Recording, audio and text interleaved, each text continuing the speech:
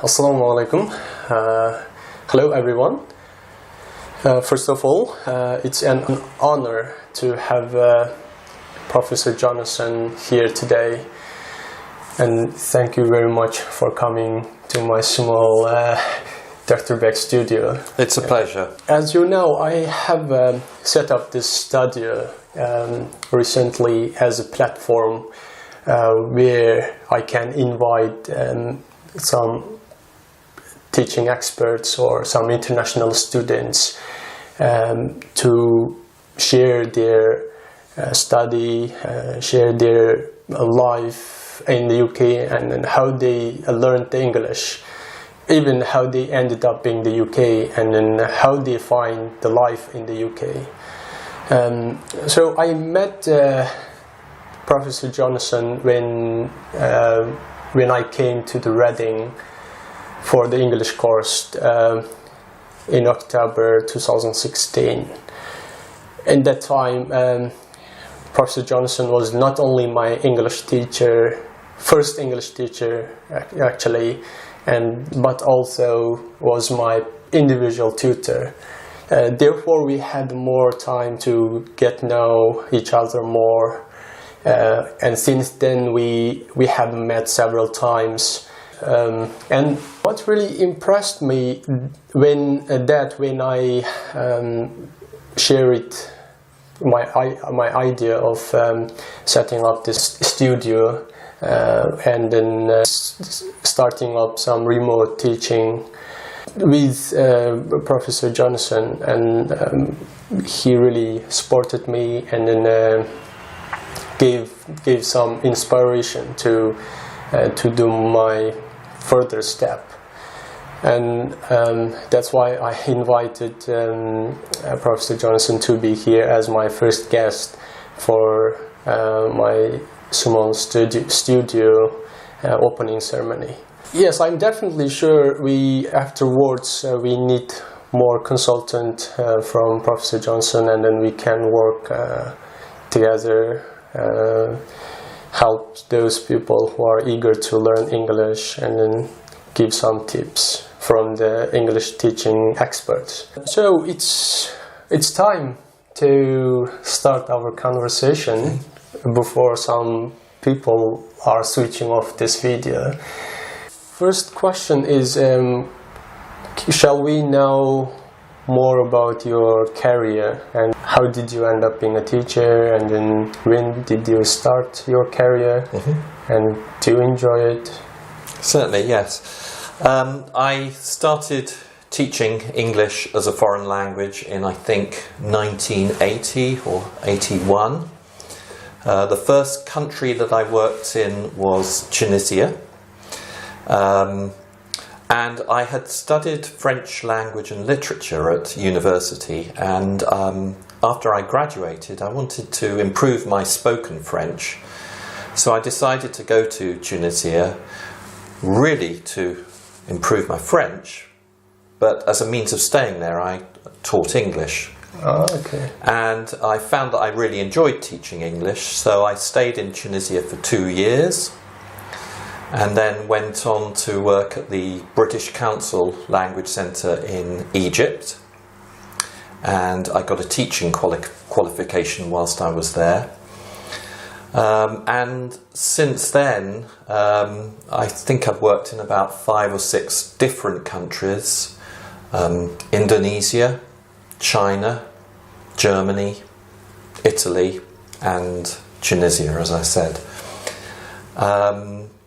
So for the first 20 years of my career I was teaching English abroad, and then I came back to the UK in 1996. Oh. And I started off teaching English as a foreign language in a college of further education, and then I joined the University of Reading in 2002, and at that time I started specialising in English for academic purposes. Okay. So could you please talk more about your overseas experience, and did you enjoy it, and why you stopped to teaching overseas? Yeah. I really enjoyed working abroad, teaching English abroad. I think British people, native speakers, are very, very lucky because, you know, the English language is spoken all over the world. There are people who want to learn English. So if you want to spend a few years in a particular country, you can just go there and teach English.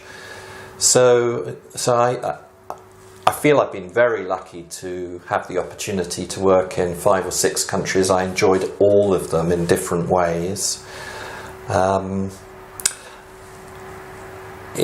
As I said, in 1996, my wife and I decided to come back to the UK, and that was really for family reasons. Okay. Our parents were growing elderly. We wanted to see our brothers and sisters and their small children growing up. We wanted to be more part of their lives, and we felt it was the right time to come back to the UK. Okay. So I still miss working abroad. If I had the opportunity sometime in the future to go and work abroad, I would certainly consider it seriously. Yes, fair enough. What do you think? What was your main challenging in this teaching in the foreign countries? Is there any culture shock, or is there any challenging you had come across?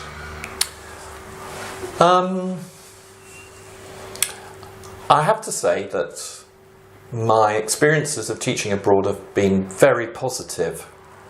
So when you ask me if there are any particular challenges, I suppose you often have to learn the language of the country that you're working in. So I learnt a little bit of Arabic in Egypt. In Tunisia, I have to say I communicated mainly in French because almost all Tunisians speak quite good French. In Indonesia, I learned quite a lot of Bahasa Indonesia, and in China, I tried to learn Chinese without a great deal of success. So I suppose learning the language was a bit of a challenge, but I think it's very important that English people should speak other languages. I think it makes it much easier for me to understand the perspective of the international students that I teach who are learning English if I'm trying to learn their language at the same time. And knowledge of the student's first language is definitely helpful for a teacher. So you mean you speak as a second language the French? So yes, I speak. So how's it now? Like all languages, if you don't practice those languages, you forget them very quickly. So I haven't spoken French for a few years, but I know that if I went to France and for a holiday, or if I was working there, I would recover that spoken French very quickly. So it helps you more about, as you mentioned, this other international students' feeling of learning this language, and it gives you more inspiration to help. Definitely. I think obviously as an English teacher you have to be interested in English, but I think you need to be interested in language in general. So I think there are two things. First of all, the fact that I have lived abroad in other countries, that I've lived in a different culture, I think that helps me to understand the perspective of international students who are in the UK and they're adapting to a very different culture. Yes, yeah. So there are challenges. I mean, understanding how the culture works, getting used to the food, the weather, all of those kind of things can be difficult. And I think having had that same experience myself, I think helps me to understand those students. So that's culture. But as far as language is concerned, yes, I think if you know something about the first language of the students that you're teaching, then you can understand what linguistic concepts they find difficult. Okay, so I'm curious, when you came to the UK to start your career in the Reading, and then which parts of the students are more dominant in that time? Okay. 20 years. So, when I first started working at Reading in 2002, the largest nationality group was Chinese students. Okay. And at the time I thought, oh well, we may have large numbers of Chinese students maybe for 5 or 6 years, and then maybe a different nationality will predominate. But that hasn't happened. So on the pre-sessional courses that I work on, still 70 to 80% of the students are from China. Yes, yes. So sure. I think in the UK we find it difficult really to appreciate how large a country China is, what a large population it has, and Chinese students are still keen to come to the UK to study. Still the main number of the students. Yes. So most students come from China. So on the program that I work on, they either come from the Far East, from China, Thailand, Korea, Japan, or from the Middle East. Okay. We do have a few students from Africa or from South America and from Europe, but most of the students that I teach are from the Far East, from China and the Middle East. And then about 10 years ago we started getting growing numbers of students from Kazakhstan. Okay, so your first students were in 10 years ago? I think so. My memory's not that great, but I think it was about 10 years ago when we had the first students from Kazakhstan, and over the years the numbers increased significantly. We really appreciated having the Kazakh students because the Kazakh culture is a little bit different from Far Eastern culture and a little bit different from Middle Eastern culture. Yeah, definitely. So having another group of students from a different culture.